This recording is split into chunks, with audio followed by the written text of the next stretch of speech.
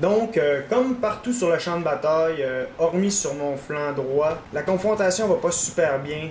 Je me rends compte de plus en plus que j'ai aucun autre choix que de venir abattre son général et de venir aussi occuper le plateau juste ici pendant que ces troupes-là vont être occupées à abattre mes unités résistantes sur le flanc gauche. C'est donc qu'il se rend compte rapidement qu'il se fait attaquer par la cavalerie. Il va donc se sauver longuement. Mais moi, je lâcherai pas prise. Donc ici, il y a des troupes qui ont tenté de venir me flanquer, mais je me suis retourné avant elles.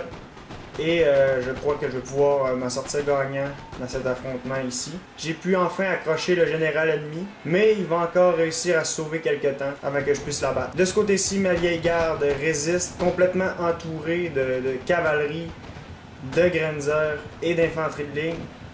Va donc résister encore quelques instants, mais ce sera pas définitif, ça c'est garanti.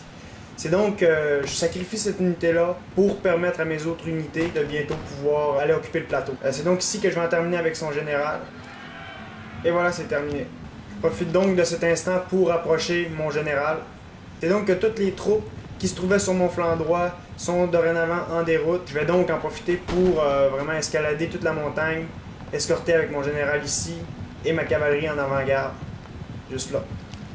C'est donc qu'après une incroyable résistance, les 15 derniers hommes de ma vieille garde vont sombrer dans la déroute. Ici, mon général va poursuivre les unités de mon ennemi qui se sauvent pour être bien certain qu'ils ne se reforment pas plus loin. C'est donc ici que je vais commencer à étendre mon infanterie pour vraiment en terminer une bonne fois pour toutes avec les troupes autrichiennes sur le plateau. Donc ce côté-ci, ils vont tenter de résister à cette grande ligne-là. Ici, ils vont y aller plus à l'offensive. Avec ma cavalerie, je vais aller poursuivre les fuyards. Donc les troupes se repoussent quand même assez facilement, sont très démoralisées. Je vais tourner ces troupes ici et en finir une bonne fois pour toutes avec les fusils hongrois juste là. Et une fois que je suis persuadé que les deux troupes que je poursuivais ne se reformeront pas, je peux réescalader la montagne. Cependant, il y a une troupe qui m'échappe juste ici, des Jägers, qui sont 60 sur 60 et qui vont se reformer, comme on peut voir. À partir de ce moment-là, bon, je suis plus soulagé, ça c'est garanti. J'occupe le plateau, j'ai la position forte.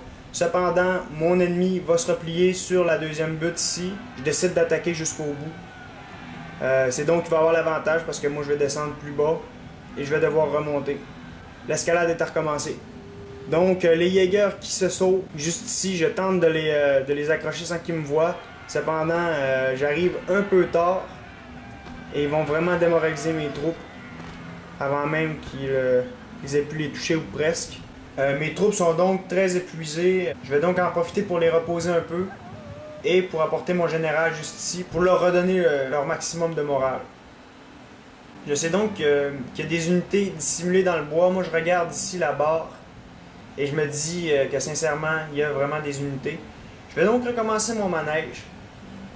Ici, il me reste une unité de garde nationale. Le reste, c'est quand même des unités relativement bonnes. J'ai donc un dernier plan pour aller déloger mon opposant de la colline. Bon, premièrement, je retire mon général pour être certain qu'il ne soit pas abattu durant le combat final. Je vais donc utiliser ma garde nationale encore une fois comme bouclier.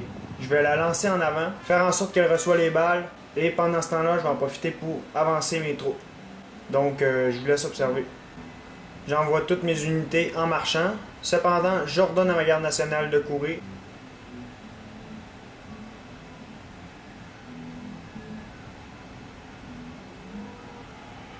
C'est donc que ces unités ici se découvrent.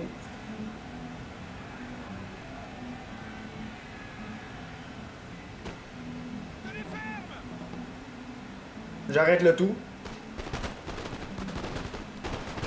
Et voilà, une troupe de déstabilisée. Celle-ci s'arrête, probablement qu'elle va viser ma garde nationale. Et je vais en profiter. Oh, celle-ci tombe en déroute. Je fais finalement une ligne unique ici. Et avec mon général, je redonne le moral à mes troupes. Et voilà. L'avant-dernière troupe de mon ennemi a flanché. C'est donc que je me dirige avec toute mon armée vers la dernière troupe, juste ici. Cependant, son moral baisse de plus en plus à mesure que j'avance. Et voilà, pour finalement s'écrouler Donc, comme on peut voir, j'ai déployé 1788 troupes. Mon ennemi en a déployé 1713. Côté des ennemis abattus, on peut voir que mon ennemi a abattu beaucoup plus d'ennemis que moi j'ai pu abattre des siens. Ça, c'est dû au fait que j'ai utilisé quand même beaucoup de gardes nationales. Bon, sur le côté gauche, la chose s'est jamais vraiment très bien passée. En tout cas, mon ennemi a très bien répondu en concentrant vraiment son feu de ce côté-ci. Mais de notre côté, il a dégarni la place forte, c'est-à-dire le plateau de Pradine. Pendant ce temps-là, bon, du côté du milieu, il a quand même réussi à faire le ménage assez rapidement en faisant des charges de cavalerie. Bon, en d'autres termes, ça a seulement été du côté droit que mon attaque s'est vraiment très bien passée.